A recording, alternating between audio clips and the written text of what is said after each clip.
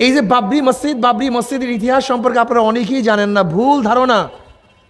ওখানে রামের জন্ম হয় নাই, হাড্ডিও পাওয়া যায় না, কিচ্ছু পাওয়া যায় না, সম্পূর্ণ মিথ্যা, সম্পূর্ণ সম্পূর্ণ ভুল, সম্পূর্ণ মিথ্যা, কিচ্ছু পাওয়া যায়নি।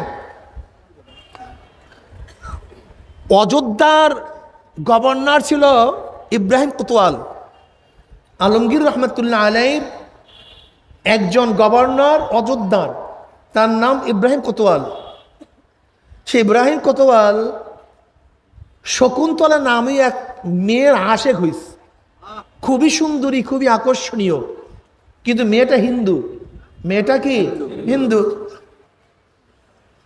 এখন ইব্রাহিম কোতোয়াল হিন্দু মেয়েকে প্রস্তাব দিয়েছে বিবাহের জন্য তার বাবার কাছে, কিন্তু মেয়ে তো হিন্দু।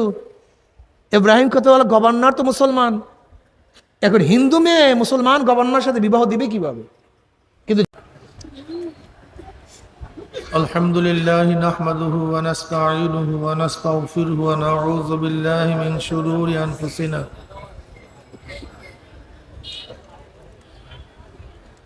মান ইয়াহদিল্লাহু ফালা মুদিল্লা লাহু ওয়া মান ইউদ্লিলহু ফালা হাদিয়া লাহু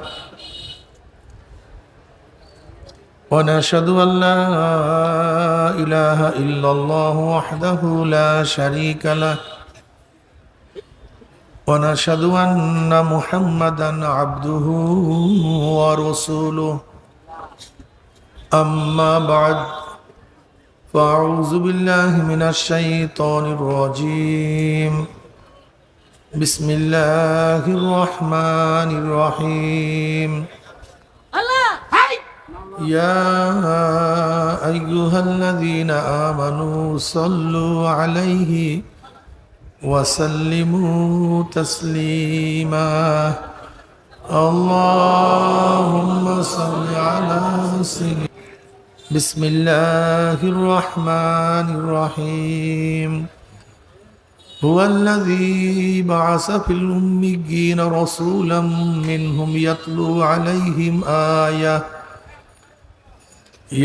عليهم آياته ويزكيهم ويعلمهم الكتاب والحكمة وإن كانوا من قبل لفي ضلال مبين صدق الله مولانا العظيم وصدق رسول النبي الكريم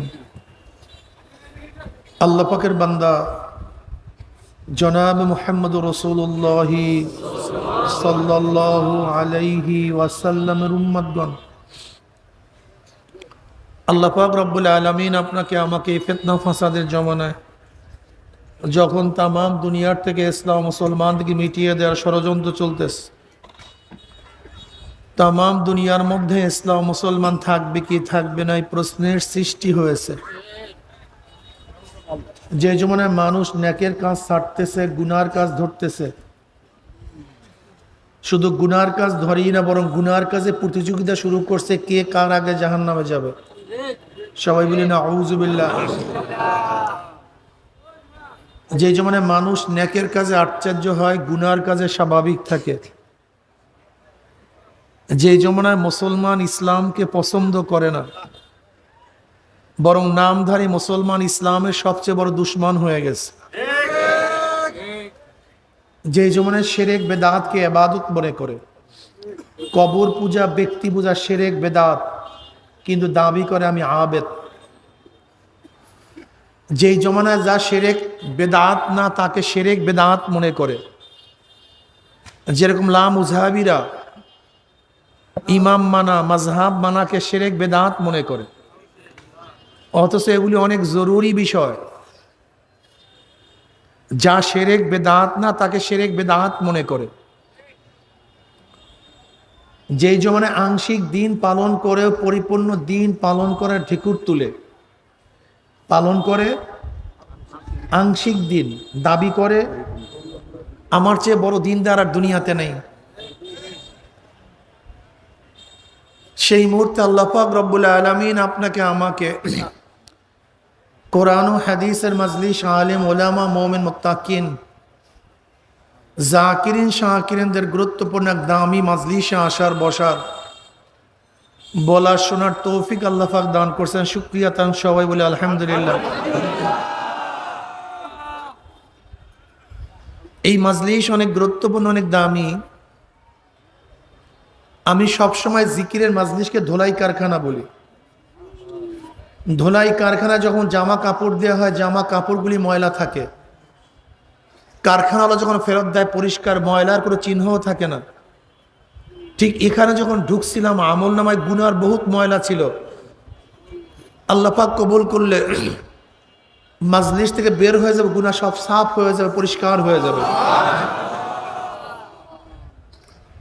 নবী আলাইহিস সালাতু ওয়াস সালাম হাদিসের মধ্যে ফরমান, মা মিন কওমিন ইসতামাউ ইয়াসকুল্লাহ তাআলা লা ইউরিদুনা বিযালিকা ইল্লা ওয়াজহাহু ইল্লা নাদাহুম মুনাদিম মিনাস সামাইয়ান কুমু মাগফুরাল লাকুম কদ বুদ্দিলাস সাইয়্যাতুম হাসানাত।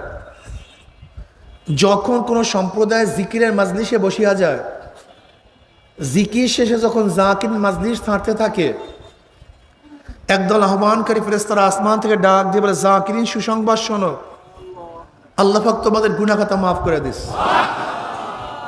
শুধু মাফ করছে তাই নয়, তোমাদের সমস্ত গুনাহকে আল্লাহ পাক নেকের দ্বারা পরিবর্তন করে দিস। এই যে একবার সুবহানাল্লাহ পড়ছেন, পড়ার সাথে সাথে আমলনামায় 1000 নেকি লেখা হয়ে গেছে, 1000 গুনাহ ঝরে গেছে।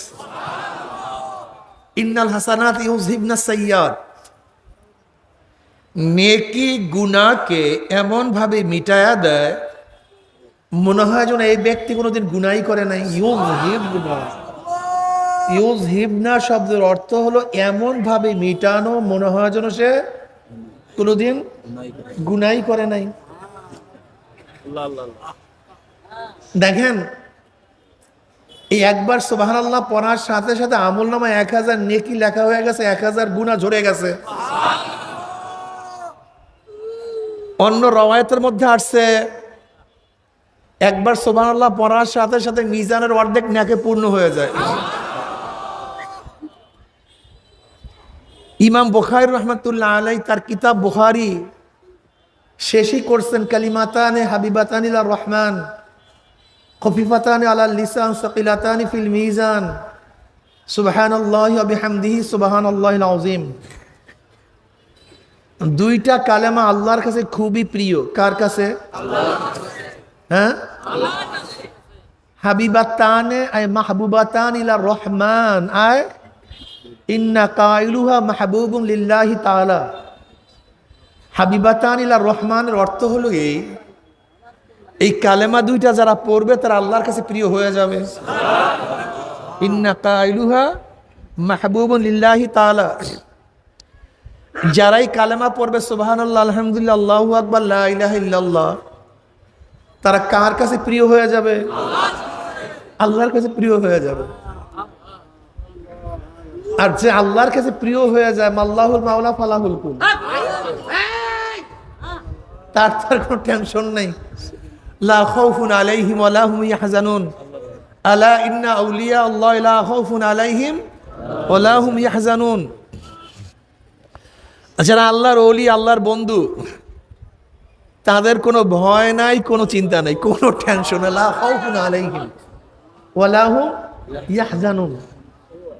আল্লাহ পাক এই কথা বলেন নাই, লা খাউফুন আলাইহিম ফিদ দুনিয়া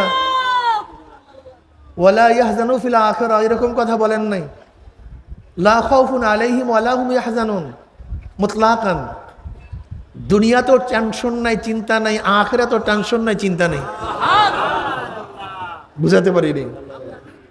যারা আল্লাহর ওলি, আল্লাহর বন্ধু, দুনিয়াতেও ভয় নাই, চিন্তা নাই, আখিরাতেও, সবাই কথা বলেন, আখিরাতেও ভয় নাই। লাহুমুল বুশরা ফিল হায়াতিদ দুনিয়া ওয়া ফিল আখিরাহ। সুসংবাদ দুনিয়ার মধ্যে, আখিরাতের মধ্যে। দুনিয়াতেও সুসংবাদ, জোরে বলেন, আখিরাতেও সুসংবাদ। কাদের জন্য? আল্লাহর ওলিদের জন্য। মন কোথায় ভাই?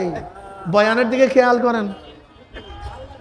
আলা তাম্বি, আল্লাহ পাক রব্বুল আলামিন বয়ান করবেন, নসিহাত করবেন, সতর্ক আলাই, সতর্ক হও গোটা দুনিয়ার মানুষ, আমি বয়ান করবো এখন। সতর্ক হওয়ার জন্য বলছে। কে বলছে? হ্যাঁ, শোনো গোটা দুনিয়ার মানুষ, যারা আমার বন্ধু, আমার ওলি, কার বন্ধু? লা খাউফুন আলাইহিম ওয়ালা হুম ইয়াহজানুন, তাদের উপরে কোনো ভয় নাই, কোনো চিন্তা নাই। লাহুমুল বুশরা ফিল হায়াতিদ দুনিয়া ফিল আখিরাহ, দুনিয়াতেও তাদের জন্য সুসংবাদ, আখিরাতেও তাদের জন্য কি সুসংবাদ। ওলি কারা? আলা ইন্না আউলিয়া আল্লাহ লা খাউফুন আলাইহিম ওয়ালা হুম ইয়াহজানুন আল্লাযীনা আমানু ওয়া কানু ইয়াত্তাকুন। ওলি কারা? যাদের মধ্যে দুইটা গুণ থাকে, দুইটা সিফাত থাকে। কয়টা গুণ? কয়টা? ঈমান ও তাকওয়া। বলেন। হ্যাঁ, আবার বলেন। পিছনে সবাই বলেন নাই কিন্তু, সাইডে সবাই বলছেন তো। আল্লাহর ওলির মধ্যে কয়টা গুণ থাকে ভাই? ঈমান ও, এই দুইটা গুণ যার মধ্যে থাকবে, হ্যাঁ, যদি রিকশাওয়ালার মধ্যে থাকে সে আল্লাহর ওলি না। কথা বলে না কেন? ঠেলাওয়ালার মধ্যে থাকলে, কামারের মধ্যে, কুমারের মধ্যে, গরিবের মধ্যে, এই গরিব, যারা গরিব, একটু দরিদ্র অবস্থায় আছেন, আপনারা চিন্তিত কেন? এত পেরেশান কেন? আপনি কি জানেন গরিবের মর্যাদা কি? নবী আলাইহিস সালাতু ওয়াস সালাম ফরমান, মাওলা হে, তুমি আমাকে দুনিয়ার মধ্যে গরিবের সাথে রাখিও, গরিবের সাথে মৃত্যু দিও, গরিবের সাথে হাসর নাসর করিও। কিয়ামতের ময়দানে গরিবদের মর্যাদা দেখিয়া বড়লোকরা আফসোস করবে, আরে আমি দুনিয়াতে ধনী হইলাম কেন, আমি যদি গরিব হইতাম। আফসোস করবে।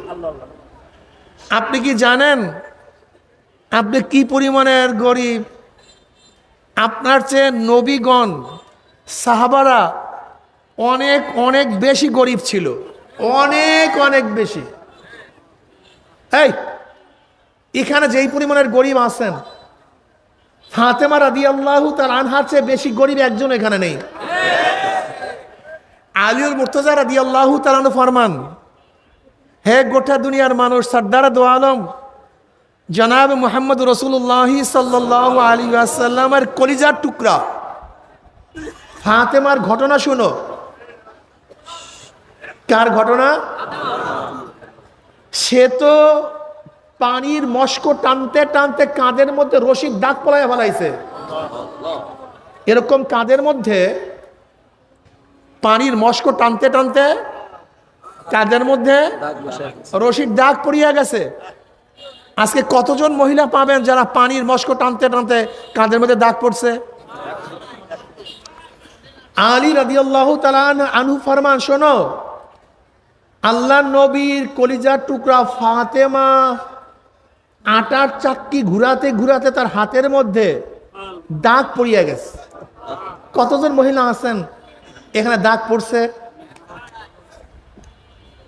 আলী রাদিয়াল্লাহু ফরমান, সরদার দো আলম আলাইহিস সালাতু ওয়াস সালামের কলিজার টুকরা ফাতেমার এবং আমার বিছানা শুধু একটা ছিল, তাও একটা বকরির চামড়া। বিছানাটা কি? বকরির চামড়ার বিছানা। ওই বিছানার মধ্যে আমি এবং ফাতেমা ঘুমাইতাম, এবং ওই চামড়ার মধ্যে দিনের বেলা পশুদেরকে খাদ্য দিতাম। একজন গরিব আছেন এখানে? একজনও নেই, একজনও নেই। আম্মাজান আয়েশা সিদ্দিকা রাদিয়াল্লাহু তাআলা আনহা ফরমান, নবী আলাইহিস সালাতু ওয়াস সালামের ঘরের মধ্যে কখনো কখনো 3 দিন পর্যন্ত আগুন জ্বলে নাই। আছেন একজনও বাংলাদেশে? আমাকে দেখান একজন গরিব বাংলাদেশে বর্তমানে, একজন গরিব দেখান যার চুলার মধ্যে 3 দিন পর্যন্ত আগুন জ্বলে না, এরকম একজন গরিব আমাকে বের করে দেন। তা কিসের গরিব আপনি?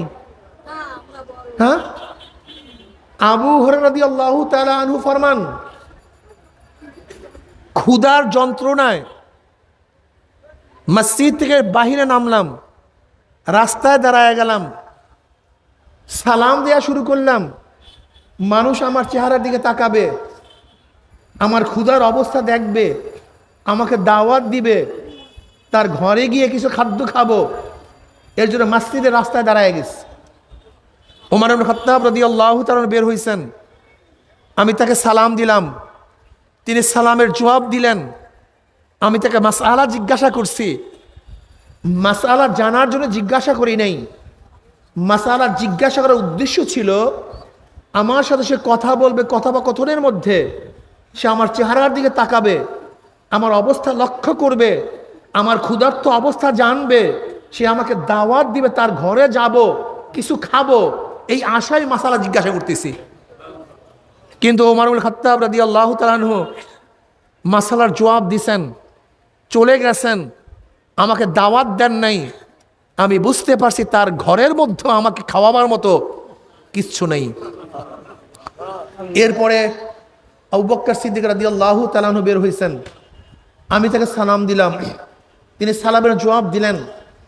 একই উদ্দেশ্যে মাসআলা জিজ্ঞাসা করছি, কিন্তু তিনি আমার মাসআলার জবাব দিছেন, চলে গেছেন, আমাকে দাওয়াত দেন নাই। আমি বুঝতে পারছি তার ঘরের মধ্যে আমাকে খাওয়াবার মতো কিছু নাই। এরপরে সরদার দু আলম জনাব মুহাম্মদ রাসূলুল্লাহ সাল্লাল্লাহু আলাইহি ওয়াসাল্লাম আসছেন, আমি তাকে সালাম দিছি। সালাম দেওয়ার সাথে সাথে নবী আলাইহিস সালাতু ওয়াস সালাম ঘরের মধ্যে আওয়াজ দিছে, এই খাওয়াবার মতো কিছু আছে কি ঘরের মধ্যে? ঘরের থেকে জবাব আসছে, এক পেয়ালা দুধ হাদিয়া হিসেবে আসছে, ওই এক পেয়ালা দুধ ব্যতীত অন্য কোনো কিছু ঘরের মধ্যে খাদ্য নাই। নবী আলাইহিস সালাতু ওয়াস সালাম আবু হুরায়রা রাদিয়াল্লাহু তাআলাকে বললেন, আবু হুরায়রা যাও, আহলুস সুফফা সবাইকে দাওয়াত দাও, আজকে সবাই আমার ঘরে দাওয়াত। আবু হুরায়রা রাদিয়াল্লাহু তাআলা চিন্তা করলেন, মাত্র এক পেয়ালা দুধ, আহলুস সুফফার সদস্য প্রায় 70-এর উপরে, মাত্র এক পেয়ালা দুধ, এই এক পেয়ালা দুধের মাধ্যমে সবাইকে আপ্যায়ন করবে কিভাবে? অথচ মাত্র এক পেয়ালা দুধ। জনাবে মুহাম্মদ রাসূলুল্লাহ সাল্লাল্লাহু আলাইহি ওয়াসাল্লাম আমাকে দাওয়াত দেওয়ার জন্য বলছেন, আর যখন সবাই আসবে বন্টনের দায়িত্ব তো আমাকেই দিবে, তখন যেই ক্ষুধার্ত আমি সেই ক্ষুধার্ত, আমার অবস্থা তো খারাপ। কিন্তু নবীর হুকুম পালন না করিয়া কোনো উপায় নেই, আমি সবাইকে দাওয়াত দিস। আহলুস সুফফা সবাই খুশি, সংখ্যা প্রায় 70-এর উপরে। আর আহলুস সুফফার সাহাবীদের অবস্থা এরকম, পূর্ণাঙ্গ 2টা কাপড় কাউর ছিল না, পূর্ণাঙ্গ 2টা কাপড় কাউর ছিল না। জনাবে মুহাম্মদ রাসূলুল্লাহ সাল্লাল্লাহু আলাইহি ওয়াসাল্লামের দরবার পড়ে থাকতেন।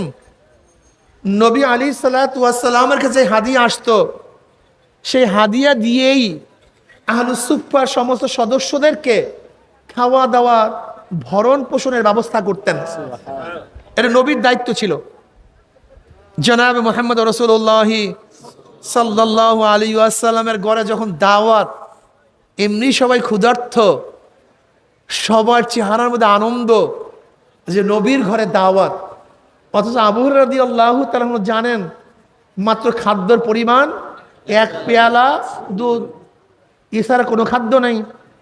সবাই উপস্থিত, সবাই বসে গেছে, সবাই বসছে খাওয়ার জন্য। নবী আলাইহিস সালাতু ওয়াস সালাম ঘরের থেকে পেয়ালা ভর্তি দুধ নিয়ে আসছেন। এবার আবু হুরায়রা রাদিয়াল্লাহু তাআলা আনহুর কাছে সেই দুধের পেয়ালা দিছেন, বলেন, আবু হুরায়রা সবাইকে বন্টন করো, সবাইকে দুধ খাওয়াও। আবু হুরায়রা রাদিয়াল্লাহু বললেন, আমি দুধের পেয়ালা এক সাহাবীর কাছে নিয়ে গেছি, সে দুধের পেয়ালা থেকে চুমুক দিছে, এমনি ক্ষুধার্ত, কয়দিন খায় নাই আল্লাহই ভালো জানে, এক চুমুকে তার পেট পুরায়া ফেলাইছে। এরপর দুধের পেয়ালা আমার কাছে ফেরত দিছে, কিন্তু ওই সত্তার কসম যার কুদরতি হাতের মধ্যে আমার জীবন, পেয়ালার থেকে এক ফোঁটা দুধ কমে নেই, এক ফোঁটাও না। এক পেয়ালা এক ফোঁটা দুধও কমে নেই। এরপর আমি দ্বিতীয় ব্যক্তির কাছে নিয়ে গেছি, সেও পেট পুরে সেখান থেকে পান করছে, আমার কাছে পেয়ালা ফেরত দিছে, কিন্তু এক ফোঁটা দুধও কমে নাই। এরকম আমি একজনের কাছে নিয়ে যাই পান করে, আর একজনের কাছে নিয়ে যাই পান করে, আর একজনের কাছে নিয়ে যাই পান করে। এরকম করতে করতে প্রত্যেকটা সদস্যর কাছে আমি দুধ নিয়ে গেছি, সবাই একই পেয়ালার থেকে পেট পুরাইয়া পান করছে, কিন্তু এক ফোঁটা দুধও কমে নাই। এরপরে জনাব মুহাম্মদ রাসূলুল্লাহ সাল্লাল্লাহু আলাইহি ওয়াসাল্লামের কাছে আমি পেয়ালা ফেরত দিলাম, ইয়া নবী আল্লাহ পেয়ালা নেন। নবী আলাইহিস সালাতু ওয়াসসালাম তার হাতের মধ্যে পেয়ালা নিয়ে আমার কাছে পেয়ালা ফেরত দিয়ে বলে, আবু হুরায়রা পান করো, আবু হুরায়রা পান করো। এমনি ক্ষুধার্ত, এমন ভাবে পান করছে গোটা পেট ফুলাইয়া ফেলাইছে। আমি নবী আলাইহিস সালাতু ওয়াসসালামের কাছে দুধের পেয়ালা ফেরত দিলাম। নবী বললেন, আবু হুরায়রা আবারও পান করো। আমি বললাম, ইয়া নবী আল্লাহ, পেটে তো জায়গা নাই। বললেন, আবারও পান করো। আবারও আমি আবার দ্বিতীয়বার পান করলাম, পেয়ালা ফেরত দিলাম। নবী আলাইহিস সালাতু ওয়াসসালাম বলেন, আবু হুরায়রা না, আবারও পান করো। বুখারীর মধ্যে রওয়ায়াত আছে, আবু হুরায়রা রাদিয়াল্লাহু তাআলা বলেন, আমি দুধ পান করতে করতে আমার পেট উঁচা হয়ে গেছে, কিন্তু দুধ কমে নাই। এরপর আমি পান করার পরে নবী আলাইহিস সালাতু ওয়াসসালামের কাছে দুধের পেয়ালা ফেরত দিলাম। এরপর নবী আলাইহিস সালাতু ওয়াসসালাম দুধ পান করলেন। এত ক্ষুধার্ত একজন লোক কি বাংলাদেশে থাকে? আমাকে বলেন তো, তাহলে কিসের গরিব আপনারা? কিসের গরিব? হ্যাঁ, বলতে পারেন বড় লোকদের তুলনায় আমি গরিব, হাজার কোটি টাকার মালিকের তুলনায় আমি গরিব না। কিন্তু সাহাবায়ে কেরাম রিদওয়ানুল্লাহি তাআলা আজমাইন যেই পরিমাণে গরিব ছিলেন, আমি চ্যালেঞ্জ দিলাম, বাংলাদেশে সেই পরিমাণে গরিব একটাও নেই। অথচ তারা আল্লাহকে এক মুহূর্তের জন্য ভুলতেন না, আর আপনি আমি প্রতিদিন মাওলাকে ভুলিয়া যাই। এই গরিব অবস্থায় হাজারো লোভ লালসা ঈমানকে বিক্রি করতেন না, আর আমরা ঈমানকে বিক্রি করে দেই। শোনেন, তাদের মধ্যে আমাদের মধ্যে পার্থক্যটা কি? তাদের মধ্যে আমাদের মধ্যে পার্থক্যটা কি? এই কথাটা জীবনভর মনে রাখবেন। সাহাবায়ে কেরাম রিদওয়ানুল্লাহি তাআলা আজমাইন ঈমানের জন্য, ইসলামের জন্য, কিসের জন্য? সবাই বলেন, কিসের জন্য? ঘর ত্যাগ করছেন, জমি ত্যাগ করছেন, স্ত্রী ত্যাগ করছেন, স্বামী ত্যাগ করছেন, টাকা ত্যাগ করছেন, জীবন ত্যাগ করছেন, ক্ষমতা ত্যাগ করছেন। কিসের জন্য? ঈমানের জন্য। কিসের জন্য? সব কিছু। আর আমরা দুনিয়ার জন্য ঈমান এবং ইসলাম ত্যাগ করি। এই হলো পার্থক্য, আর কিছু পার্থক্য না। আমরা ঈমান এবং ইসলাম কিসের জন্য ত্যাগ করি? আর তারা ঈমান ও ইসলামের জন্য দুনিয়া, আর আমরা দুনিয়ার জন্য ইসলাম এবং ঈমান ত্যাগ করি। আর কোনো পার্থক্য নেই। আল্লাহ পাক কালামে পাকের মধ্যে ফরমান, আমিনু কামা আমানান নাস, আমিনু, ঈমান আনো, কামা আমানান নাস, যেইভাবে লোকেরা। এই লোকেরা কারা? নাসের আগে আলিফ লাম মাহাদে খারিজি, মাহুদে খারেজ। আমিনু কামা আমানাস সাহাবা, যেইভাবে সাহাবারা ঈমান আনছে সেইভাবে ঈমান আনো। যাদের ঈমানের সাথে সাহাবাদের ঈমানের মিল আছে, ওই ঈমান আল্লাহর কাছে কবুল হবে। আর যাদের ঈমানের সাথে সাহাবাদের ঈমানের মিল নাই, ওই ঈমান আল্লাহর সাথে আল্লাহর কাছে কবুল হবে না। সাধনা করতে হবে। কি করতে হবে? সাধক হন। ওলি হওয়ার জন্য কয়টা জিনিস লাগবে না বলছিলাম? কি কি? ঈমান ও এই ঈমান ও তাকওয়া যদি বাদশার মধ্যে থাকে, জিন্দা পীর আলমগীর রহমাতুল্লাহ আলাইহি, যাকে আওরঙ্গজেব বলা হয়, জিন্দা পীর আলমগীর রহমাতুল্লাহ আলাইহি বাদশাহ শাহজাহানের 4 সন্তানের একজন সন্তান, দারা মুরাদ সুজা এবং আওরঙ্গজেব। এই আওরঙ্গজেব আলমগীর রহমাতুল্লাহ আলাইহি 50 বছরের জন্য পাক ভারত উপমহাদেশের সম্রাট ছিলেন। কয় বছর? কোন এলাকার? এই গোটা ভারত উপমহাদেশের সম্রাট ছিলেন 50 বছর। তোমার আমার এই ভূখণ্ড বাংলাদেশের নয়, এই শুধু এলাকা নয়, গোটা পাক উপমহাদেশের। কিন্তু তার চরিত্র কি ছিল, আখলাক কি ছিল, তার ওস্তাদ, তার পীর মোল্লা জিউন রহমতুল্লাহ আলাইহি ইন্তেকালের পূর্ব মুহূর্তে ঘোষণা দিছেন, আমার জানাজার নামাজের ইমামতি ওই ব্যক্তি করবে যার আসরের আগের 4 রাকাত নফল নামাজ কাজা হয় নাই। কোন নামাজ? আসরের আগে 4 রাকাত নফল নামাজ। আজকে বাংলাদেশের তো গোটা দুনিয়ার মধ্যে একজন পীর পাবেন। আমি তো প্রথম সরে নাই, আসরের আগে 4 রাকাত নফল নামাজ কয়জন মুক্তি পাবেন যাদের জীবনে নামাজ কাজা হয় না? কয়জন মুহাদ্দিস পাবেন যাদের জীবনের নামাজ কাজা নাই? কয়জন পীর পাবেন 1 বছরের মধ্যে নামাজ কাজা নাই? কয়জন পীর মুরিদ পাইবেন, কয়জন মুহাদ্দিস মুক্তি পাবেন 1 মাসের মধ্যে তাকবীরুল্লাহ ছোটে নাই, মাসবুক হয় নাই? কয়জন? আরে ভাই, সাহাবারা আমাদেরকে দেখলে তো কাফের বলতেন। সাহাবারা আমাদেরকে দেখলে ডাইরেক্ট কাফের বলতেন, আর আমরা তাদেরকে দেখলে আমরা ডাইরেক্ট পাগল বলতাম। এগুলো সবগুলি পাগলের দল। না খাইয়া আছে, খাদ্য নাই, বস্ত্র নাই, বাড়ি নাই, ঘর নাই, টাকা নাই, পয়সা নাই, সারাদিন ইবাদত। আমরা পাগল বলতাম, আর ওরা আমাদেরকে দেখলে কাফের বলতো। এগুলি ঈমান নাই, ওরা সারাদিন দুনিয়া নিয়ে ব্যস্ত। মোল্লা জিউন রহমতুল্লাহ আলাইহি বহুত বড় আলেম ছিলেন, বহুত বড় বুজুর্গ ছিলেন। তার কাফির হাজির, সম্রাটের উস্তাদ, সম্রাটের পীর। তিনি আহ্বান করতেছেন, আমার উস্তাদ, আমার শায়েখ, সে তো ওসিয়াত করছে আসরের আগের যার 4 রাকাত নফল নামাজ কাজা হয় নাই, সেই ব্যক্তি হযরতের নামাজের জানাজার ইমামতি করবে। কে আছেন? জলদি আসেন। কেউ না, এই সাহস কাউর নেই।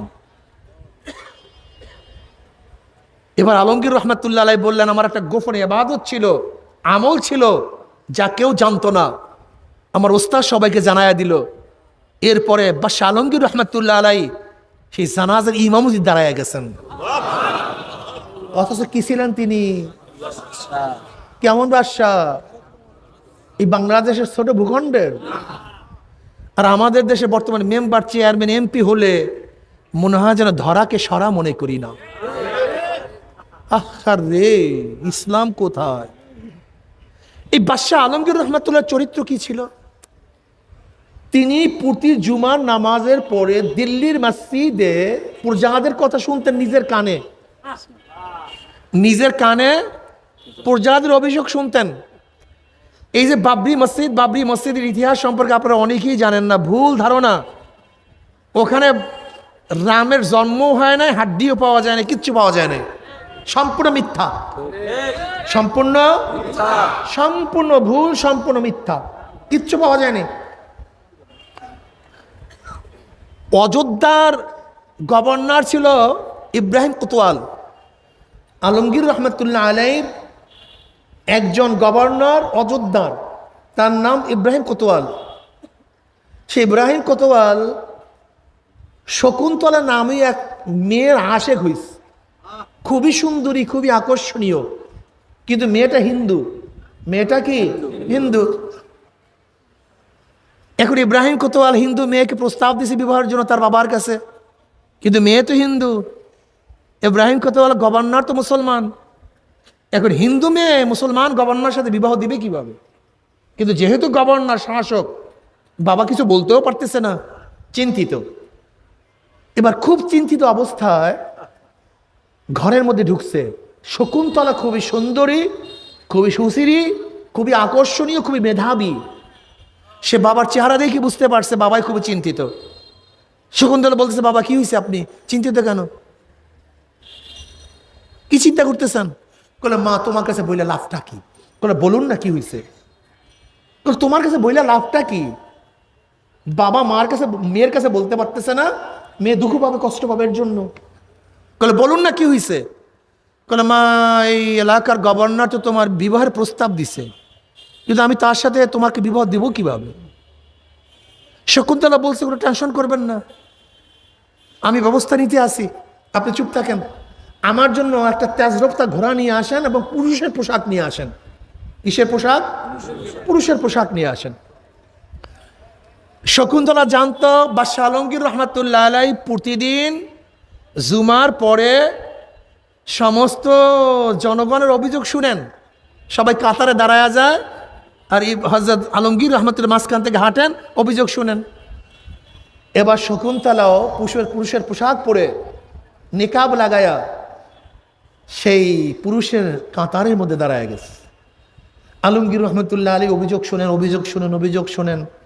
যখন শকুন্তলার কাছে আসছে, তিনি চেহারার দিকে তাকাই বুঝতে পারছেন এটা পুরুষ না, এটা মহিলা। এটা কি? এটা পুরুষ না, এটা মহিলা। তিনি চক্ষুকে নিচের দিকে নিলেন, পকেটের থেকে রুমাল বের করলেন, হাতের মধ্যে লাগাইলেন। এবার শকুন্তলার থেকে চিঠি গ্রহণ করলেন। পইরেই দেখতেছেন সমস্ত ঘটনা। ইব্রাহিম কোতোয়াল তাকে প্রস্তাব দিছে, হিন্দুর মেয়ে কিভাবে বিবাহ বসবে। আলমগীর রহমতুল্লাহ আলাইহি সবাই অভিযোগ শোনার পরে ঘোড়ার উপরে চড়ে অযোধ্যার দিকে রওনা করছেন। সেখানে দৌড় গিয়া সাক্ষী প্রমাণের ভিত্তিতে প্রমাণিত হয়েছে ঘটনা সত্য। আলমগীর রহমতুল্লাহ আলাইহি ঘোষণা দিলেন, যেহেতু মুসলমান গভর্নর, সে ইনসাফ ঠিক রাখতে পারে নাই, জুলুম করছে, ওকে হত্যা করে দাও। ঘোড়ার পিছনে বেঁধে, হাতির সাথে বেঁধে কারবার শেষ করছে। এরপর শকুন্তলার বাসায় গিয়ে আলমগীর রহমতুল্লাহ আলাইহি এক গ্লাস পানি পান করছেন, আমাকে এক গ্লাস পানি দাও। জায়নামাজ বিছাইছেন, 2 রাকাত শুকরান নামাজ পড়ছেন। শকুন্তলার বাবা বলতেছেন, আপনি এত পিপাসা কেন? আপনার জিব্রা, আপনার সমস্ত জিনিস শুকায় গেছে কেন? বলে আমি ওয়াদা করছি, শপথ করছিলাম তোমার মেয়ের চিঠি পড়ার পরে যতক্ষণ পর্যন্ত বিচার করতে না পারবো ততক্ষণ পর্যন্ত এক ঢোক পানিও আমি পান করব না। আমি বিচার করছি, তারপর পানি পান করলাম। নামাজ পড়লেন কেন? শুকরান, আমি একটা ভালো বিচার করতে পারছি এর জন্য। তখন শকুন্তলার বাবা বলছে, যেই স্থানে আপনি সেজদা করছেন আজীবন আপনার জাতি এখানে সেজদা করবে, কাজে সমস্ত জমি আমি মসজিদের জন্য ওয়াকফ করে দিলাম। সেই জায়গাটি আলমগীর রহমতুল্লাহ আলাইহি বাবরি মসজিদ করছেন বাদশাহ বাবরের নামে, যে প্রথম মুঘল সম্রাটের গোড়াপত্তন করছেন। ন্যায়পরায়ণ বাদশাহ ছিল বাদশাহ বাবর, সেই তো মুঘলদের প্রথম বাদশাহ। তার ছেলে হুমায়ুন, হুমায়ুনের ছেলে আকবর, আকবরের ছেলে শাহজাহান, শাহজাহানের ছেলে আলমগীর। দেখেন, একজন বাদশাহ হওয়ার পরেও জনগণের কথার কিভাবে গুরুত্ব দিতেন, তা একজন মহিলা। আর আজকে আমাদের শাসকদের অবস্থা কি কি অবস্থা বলেন তো? কোথায় মুসলমানের চরিত্র আর কোথায় আমাদের চরিত্র? ওমর ইবনে খাত্তাব রাদিয়াল্লাহু তাআলা অর্ধজাহানের বাদশা। কত জাহানের ভাই? ছোট্ট একটা অর্ধজাহানের বাদশা ওমর ইবনে খাত্তাব রাদিয়াল্লাহু তাআলা আনহু একদিন সরকারি কাজ করতেছিলেন, আদালতের মধ্যে ছিলেন, সবার বিচার আচার করতেছিলেন। বিচার আচার শেষ, অন্য সরকারি কাজ করা শুরু করছেন। হঠাৎ এক যুবক এসে বলতেছে, আমার সাথে অমুকে খারাপ ব্যবহার করছে, আমার বিচারটা করে দেন। ওমর ইবনে খাত্তাব রাদিয়াল্লাহু বললেন, এতক্ষণ আমি ইজলাসের মধ্যে ছিলাম, তখন তুমি অভিযোগ দিলা না, এখন আমি অন্য কাজে ব্যস্ত, তুমি এখন অভিযোগ নিয়ে আসছো? কারণ আমার বিচারটা করে দেন। ওমর ইবনে খাত্তাব রাদিয়াল্লাহু তাআলা এখন বিচার নিতে আসছো? বেয়াতুটে একটা বাড়ি লেগে আসছে, যা পরে আস। বাড়িতে হওয়ার পরে হঠাৎ চিন্তা করছেন, আমি বিচার করব না, তাকে তো বললেই হইতো, আমি পিটানটা দিলাম কেন? এটা জুলুম। যদিও কিয়ামতের ময়দানে আমার বিরুদ্ধে আল্লাহর কাছে নালিশ দেয়। মুসলমান বুঝো, আসি একজন মুসলমান এখানে কন্ত, আমি তো নাই, আমি তো নাই। আমি তো নাই। কি মুসলমান? এই তো কি এগুলি কিসের মুসলমান? কি বলছে আমাদেরকে মুসলমান? ওমর ইবনে খাত্তাব যে অর্ধজাহানের বাদশা, রোমের সম্রাটটা, যার নাম শুনে কাঁপত। শয়তান যাকে দেখলে রাস্তা ছাড়িয়া পালাইয়া যেত, শয়তান ইবলিস, যে ওমরকে রাস্তা দেখলে রাস্তা ছাড়িয়া পালাইয়া যাইত। একদিন শয়তান ঢুকবে, নবী আলাইহিস সালাতু ওয়াস সালাম দেখতেছে শয়তান ঢুকতে পারতেছে না। নবী, কিরে তুই ইবলিস ঢুকতে পারে না? ওই যে ওমর দাঁড়াই আছে, ভয় লাগে। এই হলো ওমর, যে ওমর ইবনে খাত্তাব রাদিয়াল্লাহু তাআলা আনহু যেই দিকে সৈন্য প্রেরণ করছেন সেই দিকেই বিজয় অর্জন করছে। তামাম নবীদের পরে মর্যাদার দিক থেকে দ্বিতীয় স্থান অধিকার করছেন। যার অনুকূলে কোরআনের বহুত আয়াত নাজেল হয়ে গেছে, যার অনুকূলে কোরআনের বহুত আয়াত নাজেল হয়েছে। বুখারীর মধ্যে রওয়ায়াত আছে, নবী আলাইহিস সালাতু ওয়াস সালাম বলেন, ওমর বোঝেও ঠিক বলেও ঠিক। ওমর বোঝার মধ্যে গলত নেই, যা বোঝে ঠিক এবং যা বলে তাও ঠিক। এই ওমর ইবনে খাত্তাব রাদিয়াল্লাহু তাআলা সাধারণ মানুষকে বেতের আঘাত করার পরে তার মনের মধ্যে চিন্তা শুরু হয়ে গেছে, আমি বাড়িটা দিলাম কেন? একজনকে পাঠাই, যাও তাকে ডাইকে নিয়ে আস, তাকে ডাইকে নিয়ে আস। এবার ওমর ইবনে খাত্তাব রাদিয়াল্লাহু তাআলা তার পিঠের উপর থেকে কাপড় ফালাইয়া দিস, তার হাতে ব্যাগ দিছে, বলে তুমি আমার পেটের মধ্যে আমার পিঠের মধ্যে ব্যাত লাগাইয়া দাও।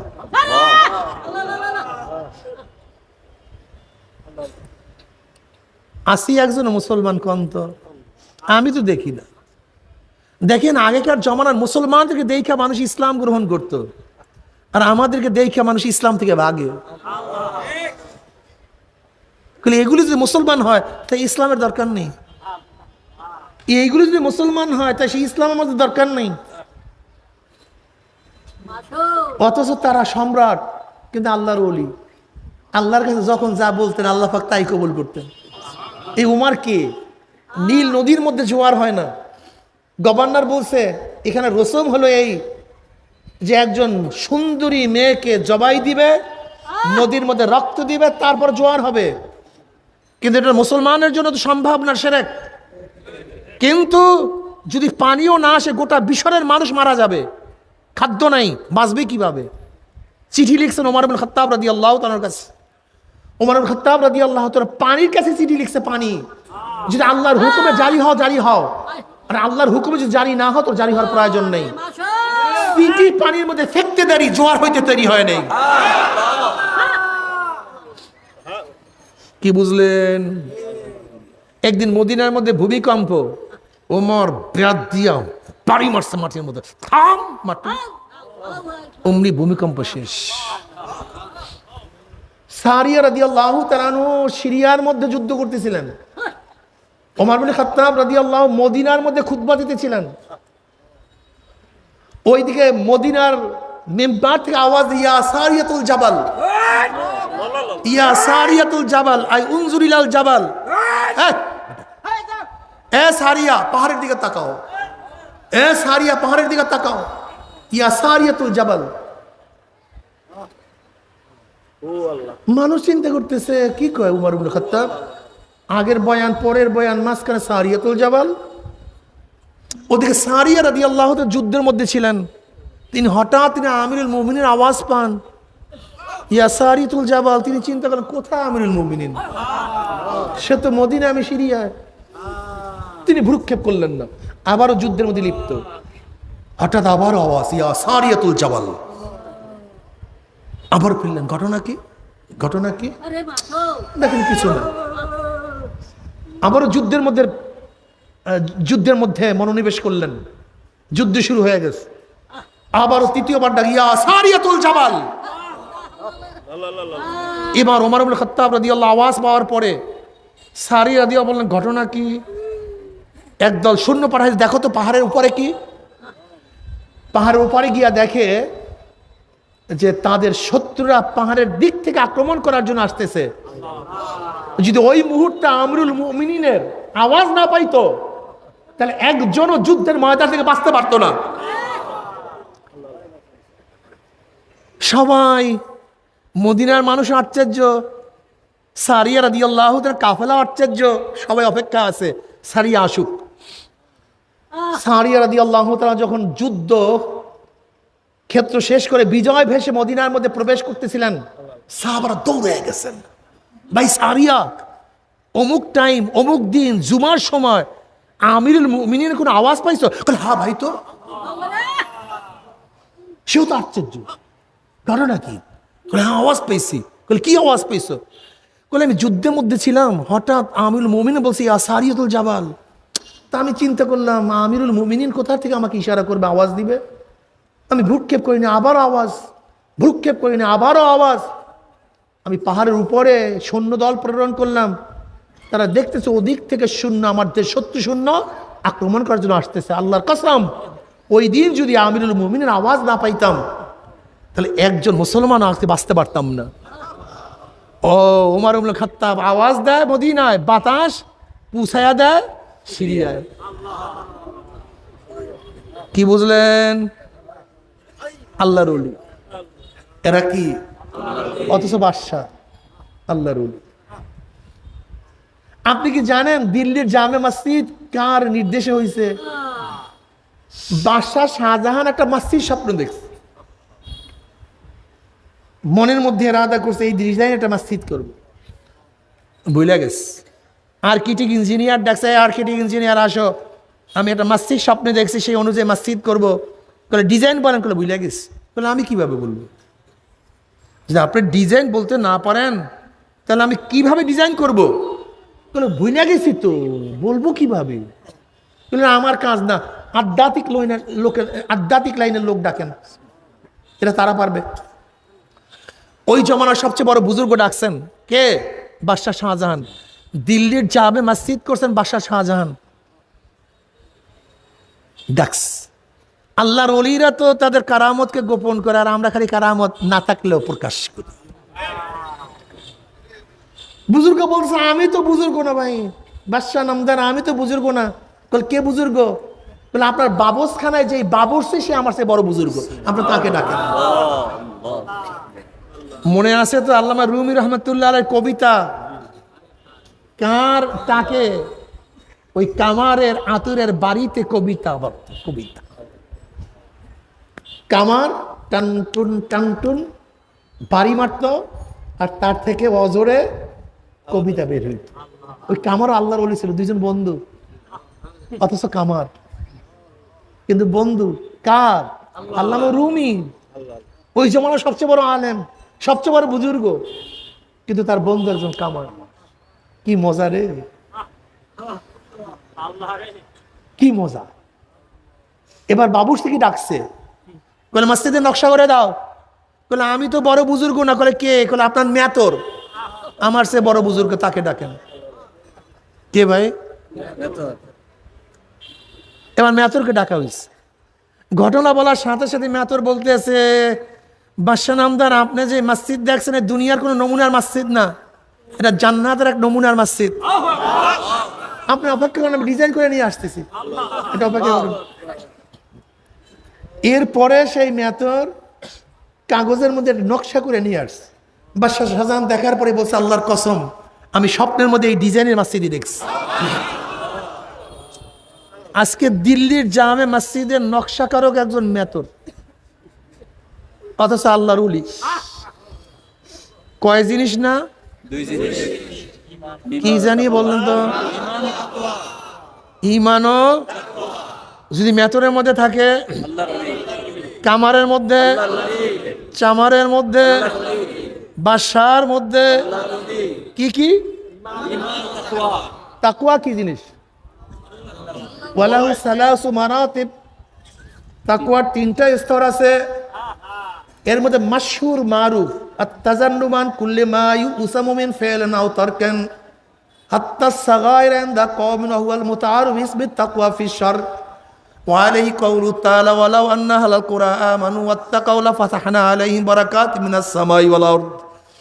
আল্লামা বাইজাবি রাহমাতুল্লাহ আলাইহি তাকওয়ার স্তর বাতান, যে তাকওয়া বলা হয়, বলেন করণীয় বর্জনীয় যা করলে অথবা বর্জন করলে গুনাহ হয় এমন জিনিস থেকে নিজেকে বাঁচায় রাখার নাম তাকওয়া।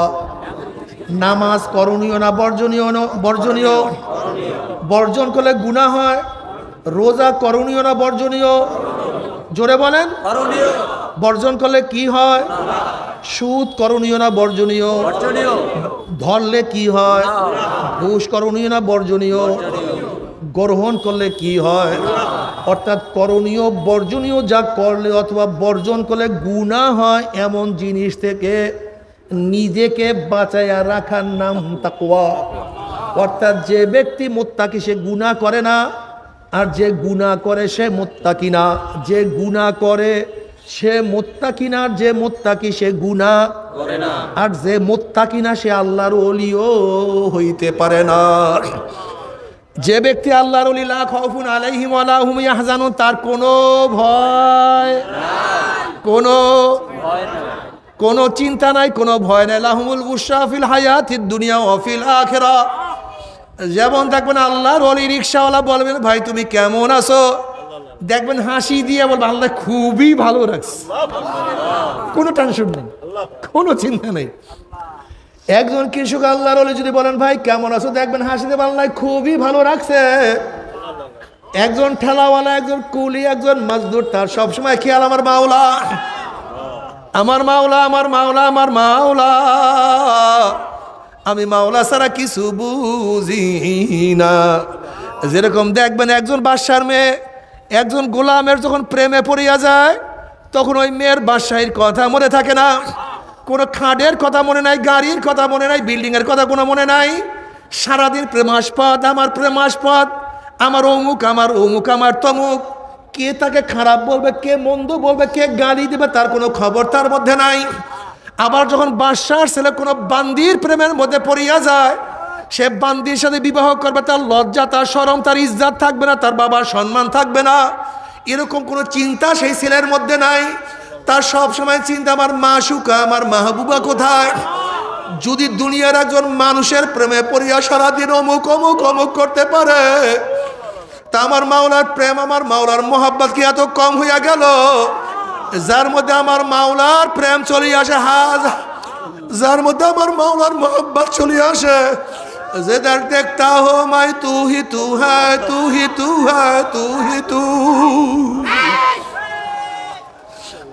हर रंग में तू है, गोल में तू है, भो में तू, मुझे दर्द देखता हूँ मैं, तू ही तू है, तू ही तू।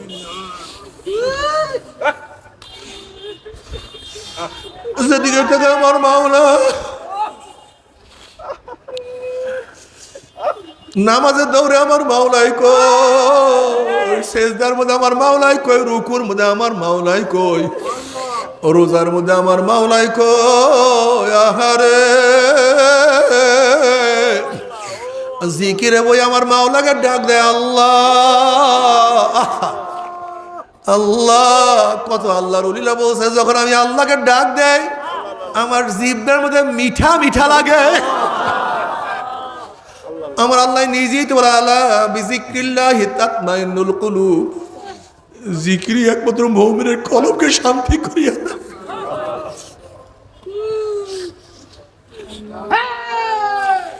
জিক্রুল মুহাব্বতি ইয়া মাওলায়া ইয়াসকারানি ওয়া হাল রাআইতা মুহিব্বান গায়রা সাকরানি।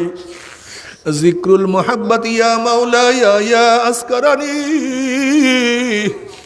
ওয়া হাল রাআইতা মুহিব্বান গায়রা সাকরানি। মাওলা তোমার জিকির আমাকে পাগল করিয়া দিয়েছে, তোমার মহাব্বত আমাকে বেহুশ বানাইয়া ফেলাইছে। আর তুমি দেখবা যার মধ্যে মাওলার, যার মধ্যে ইশক এবং মহব্বত চলে আসে, তাকে তো পাগল পাগল ছাড়া দেখবা না। ওয়াহাল রাআইতা মুহিব্বান গায়রা সাকরান, কোন আশিক মাতাল হওয়া ছাড়া আশিক হইতে পারে না।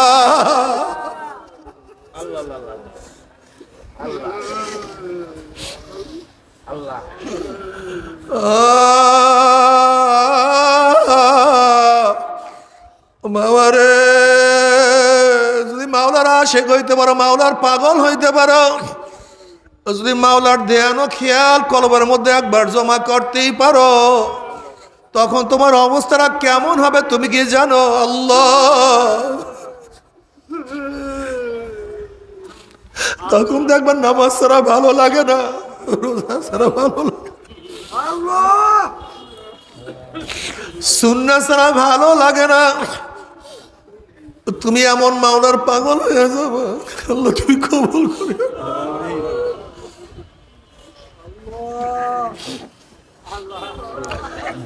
আমার যুবক বাবারা, আমার মুরব্বী ভাই, যুবক বাবারা, তোমরা কেন মাওলার পাগল হবে না? ঈসা আলাইহিস সালাতু ওয়াস সালাম এক বস্তির নিকট থেকে রওনা করলেন। এক যুবক ঈসা আলাইহিস সালাতু ওয়াস সালাম দেখিয়ে চিনিয়া ফলাইছে এই জমানার নবী ঈসা। যুবক বলছেন, নবী ঈসা আপনি মাওলার কাছে দোয়া করেন, মাওলা যেন আমাকে এক অণু পরিমাণ মোহাব্বত দান করে। ঈসা আলাইহিস সালাতু ওয়াস সালাম বললেন, তুমি এক অণু পরিমাণ মাওলার মোহাব্বত সহ্য করতে পারবা না। এবার যুবক বলতেছে, তাহলে মাওলার কাছে দোয়া করেন, মাওলা যেন আমাকে অর্ধ অণু পরিমাণ মোহাব্বত দান করে। নবী ঈসা আলাইহিস সালাতু ওয়াস সালাম আল্লাহর কাছে দোয়া করলেন, মাওলা হে তুমি এই যুবককে তোমার অর্ধ পরিমাণ মোহাব্বত দান করো। এই দোয়া করিয়া ঈসা আলাইহিস সালাতু ওয়াস সালাম সেখান থেকে চলিয়া গেলেন। অনেক দিন পরে সেই বস্তির কাছ থেকে যাওয়ার সময় ঈসা আলাইহিস সালাতু ওয়াস সালামের মনের মধ্যে আগ্রহ সৃষ্টি হয়েছে যে এই যুবকের জন্য মাওলা পাকের অর্ধ অণু মোহাব্বত দোয়া করছিলাম, সেই যুবকের অবস্থাটাকে আমি তার সাথে মোলাকাত করতে চাই। গ্রামের সবার কাছে জিজ্ঞাসা করছে সেই যুবকটা কই। গ্রামের সবাই বলো সেই যুবক তো অনেক আগেই ঘর ছাড়িয়া চলিয়া গেছে, কোথায় আছে জানি না। অনেক খোঁজাখুঁজি করার পরে পায় না। এবার মাওলার কাছে দোয়া করলে, মাওলা হে আমি সেই যুবকটার সাথে সাক্ষাৎ করতে চাই। আল্লাহ পাক বলেন, যাও অমুক পাহাড়ের মধ্যে সেই যুবক আছে। ঈসা আলাইহিস সালাতু ওয়াস সালাম সেই পাহাড়ে গিয়া দেখলেন যুবক একটা পাথরের উপরে দাঁড়ায়া।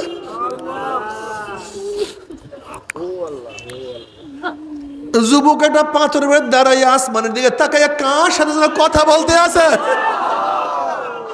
মুখ দাঁড়ায় আর কথা বল।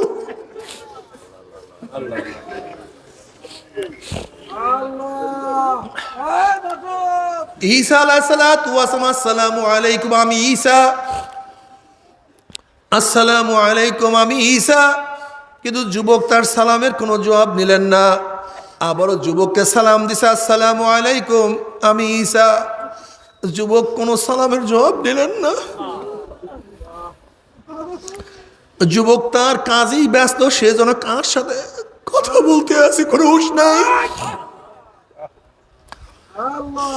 এবার আবারও সালাম দিছে, আসসালামু আলাইকুম আমি ঈসা। এবার আমার মাওলার ডাক দিয়া বলে, ও ঈসা, যার কলবের মধ্যে আমার অর্ধ পরিমাণ মোহাব্বত ঢুকছে সে আমি বাহিরে অন্য কাউকে চিনতে পারে না, অন্য কাউর পরিচয় তার মধ্যে जिधर देखता हो भाई तू ही तू है, तू ही तू है, तू ही तू। এ আমার যুবক বাবারা, কত যুবকরা আমার মাওলার পাগল। ও মুরব্বী বাবারা, কত মুরব্বী আমার মাওলার পাগল। তুমি কেন মাওলার পাগল হবে না? এ আমার মা বোনেরা, তুমি কি দেখো না কত মহিলার আমার মাওলার পাগল।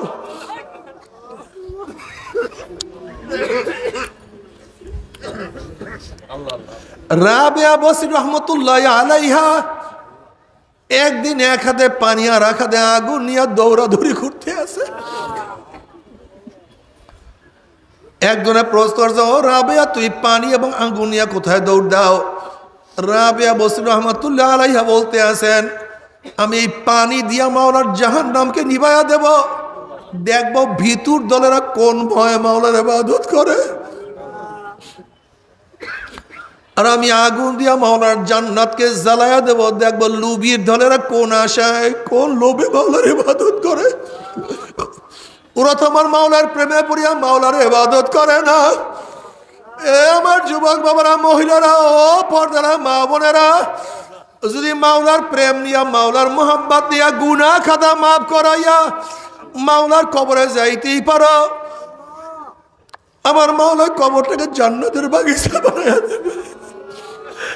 তুমি কি দেখো নাই কত আল্লাহর ওলিদের মাওলার লাশের সাথে কত সুন্দর ব্যবহার করছে? তাদের লাশ পর্যন্ত মাটি পচাইতে পারে না।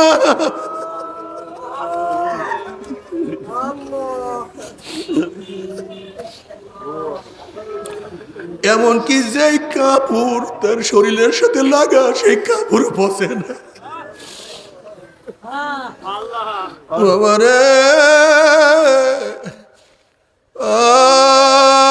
দুনিয়া কয়দিন পাগলামি করবো রে বাবা।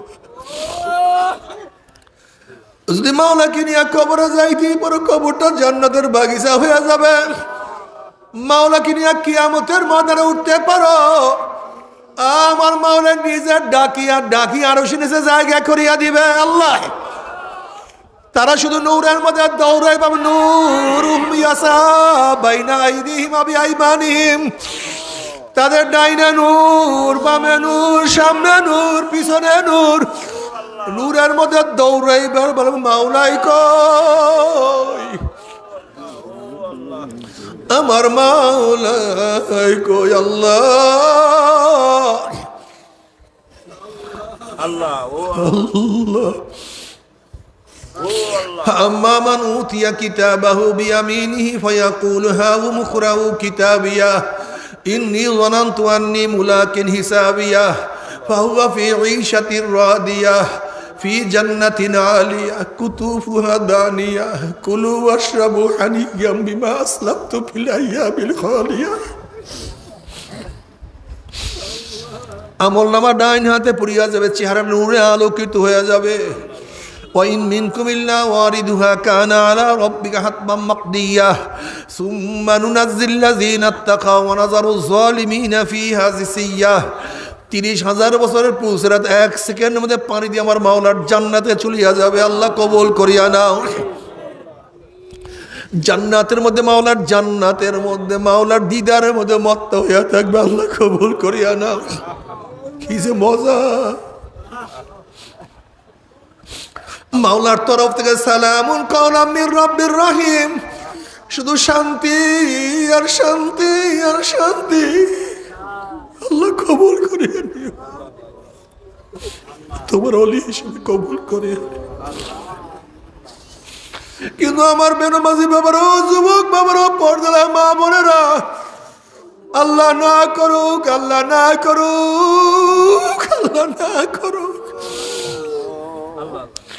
যদি তওবা না করিয়া মাওলার কবর যা, কবর তো আর কবর থাকবে না। কোন নাফরমানের কবরের দুই পাশের মাটি এত জোরে চাপ মারবেন, চাপের সরে এক পাঁজরে হাঁটি আর এক পাঁজরে লাগাইয়া ফেলাইবা, আল্লাহ সবাইকে মাফ করিয়া দাও। কোন নাফরমানের কবরটা জাহান্নামের কুয়া হইয়া যাবে। আল্লাহ তুই আমাদের সবাইকে মাফ করিয়া দাও, সবাইকে ক্ষমা করিয়া দাও। বাবার আযাবুল কবরে হক, কোন কবরে আযাব সত্য, কোনো সন্দেহ নাই। এমন কোন হাদিসের কিতাব নাই যে হাদিসের কিতাবের কবরের আযাবের বয়ান নাই রে বাবা। আমার দাদা জান রহমাতুল্লাহ তার কিতাবের মধ্যে সত্য কত ঘটনা নিয়ে আসছেন। দাদা জান রহমাতুল্লাহ তার কিতাবের মধ্যে একটা ঘটনা বয়ান করে। তার বেয়াই আব্দুল কাদের ফরাজি সাহেব দাদাজানকে বলতেছে, হুজুর বেয়াই হিসেবে একটা আজীব ঘটনা শুনেন। ঢাকার ম্যাক্স ফ্যাক্টরি মালিক, বহুত বড় লোক, সারাদিন টাকা পয়সা নিয়ে ব্যস্ত থাকল, নামাজ রোজার কাছেও যাইতো না। সেই ব্যক্তি মারা যাওয়ার পরে তাকে দাফন কাফন করে আমরা সবাই চলে আসলাম। তার বড় ছেলে বলতে আছে, আমার 1000 টাকার একটা চেক পড়িয়া গেছে, এই মাত্র দাপন করলাম, চেকটাকে নষ্ট করিয়া কি লাভ। আমরা সবাই পরামর্শ করিয়া যখন তার কবর থেকে মাটি উঠানো শুরু করলাম, হঠাৎ দেখি কবরের মধ্য থেকে ধোঁয়া বাহির হওয়া শুরু হয়ে গেছে। আমরা বললাম এগুলি কিছু না, মনে হয় যেন গ্যাস ফরম করছে বা অন্য কিছু হয়েছে। বেয়াই সাহেব যখন আস্তে আস্তে বাঁশ উঠাইলাম, ধোঁয়া পরিষ্কার হয়ে গেছে। যখন লাশের দিকে তাকাইলাম, তখন দেখি লাশের জিভটা টানিয়া না বিছানার মধ্যে ঝুলাইয়া ফেলাইছে, হাত পা ভাঙিয়া গতিতে করিয়া ফেলাইছে। আগুনের সাবে চেহারাটা পুড়িয়া শুয়ারের চেহারার মতো হয়ে গেছে।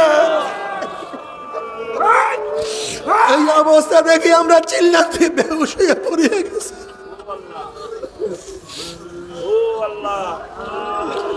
15-20 দিনের মধ্যে ঠিক মতো খানা পিনা করতে পারেন আমার বাবারা, ও মুসলমান মোমেনের সন্তানরা, ও হিন্দু বৌদ্ধ খ্রিস্টানের সন্তানেরা, কি নিয়ে রওনা করছে,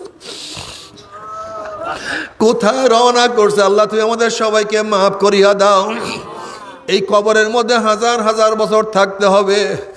এরপরে কিয়ামতের ময়দানের কথা আল্লাহ পাক কালামে পাকের মধ্যে ফরমান, ইউরাফুল মুজরিমুনা বিসিমাহুম ফায়ুখাযু বিন-নাওয়াসি ওয়াল আকদাম। যেরকম বিজ্ঞ ডাক্তারের কাছে রোগী যাওয়ার সাথে সাথে চেহারা দেখলেই, রোগীর চেহারা দেখলেই ডাক্তার বলতে পারে কোন রোগের জান রোগীর মধ্যে ঢুকছে, ঠিক কিয়ামতের ময়দানে গুনাহগারের চেহারা দেখলেই ফেরেশতারা বলতে পারবে কোন ধরনের গুনাহ করিয়া নাফরমান কিয়ামতের ময়দানে আসছে। এই আয়াতের তাফসীরে বহু ধরনের চেহারার কথা বয়ান করা হয়েছে। যারা দুনিয়ার মধ্যে হিংসা হাসাদ করবে তাদের চেহারা কিয়ামতের ময়দানে কুত্তার সুরাত হইয়া যাবে। আল্লাহ তুমি মাফ করিয়া দাও। যারা দুনিয়ার মধ্যে হারাম খাবে, হারাম খোরের চেহারা কিয়ামতের ময়দানে শুয়ারের সুরাত হইয়া যাবে। আল্লাহ মাফ করিয়া দাও। যারা দুনিয়ার মধ্যে নামাজ পড়বে না, বেনমাজির চেহারা কিয়ামতের ময়দানে আল কাঁত্তার মতো কালো হইয়া যাবে। আল্লাহ সবাইকে নামাজ পড়ার তৌফিক দিয়া দাও। জেনাকার মহিলাদের চক্ষু দুটা পুরুষের শরমগার মতো হইয়া যাবে। জেনাকার মহিলাদের চক্ষু দুটা পুরুষের শরমগার মতো হইয়া যাবে। জেনাকার মহিলাদের পেটের মধ্যে একটা আগুনের বাচ্চা হবে। বাচ্চা আস্তে আস্তে বড় হইতে থাকবে, কি যে ব্যথা! বাচ্চা প্রসব হবে না, ব্যথাও সহ্য করতে পারবে না। বাচ্চা শুধু মাথা বাইর হবে, ওই মাথার মধ্যে জাহান্নামের শিকল লাগাইয়া হাজার হাজার হাজার বছর টানতে থাকবে, কিন্তু বাচ্চার প্রসব হবে না। আল্লাহ আল্লাহ তুমি আমাদের সবাইকে মাফ করিয়া দাও। আজকে আমাদের পলিসি কি? আজকে স্কুল কলেজে বাচ্চাদেরকে জেনাকার বানাবার চক্রান্ত চলতে আছে। নাচানাচি, ড্যান্স, গান শিক্ষা দিয়া আমার মা বোনদের চরিত্র নষ্ট করার চক্রান্ত চলতে আছে। নাস্তিক কিভাবে বানাবে সেই প্ল্যান চলতে আছে। আল্লাহ আমাদের সবাইকে মাফ করিয়া দাও, আমাদের সবাইকে ক্ষমা করিয়া দাও। وأما من أوتي كتابه بشماله فيقول يا ليتني لم أوت كتابيا ولم أدري ما حسابيا يا ليتها كانت القاضية ما أغنى عني ماليا هلك عني سلطانيا خذوه فغلوه ثم الجحيم صلوه ثم في سلسلة ذرعها 70 ذراعا فاسلكوه। যাদের আমলনামা বাম হাতে পড়িয়া যাবে, বাম হাতটা সিনা ফারিয়া পিছনে চলিয়া যাবে, বলবে আফসোস যে আমি আমার আমলনামা না পাইতাম।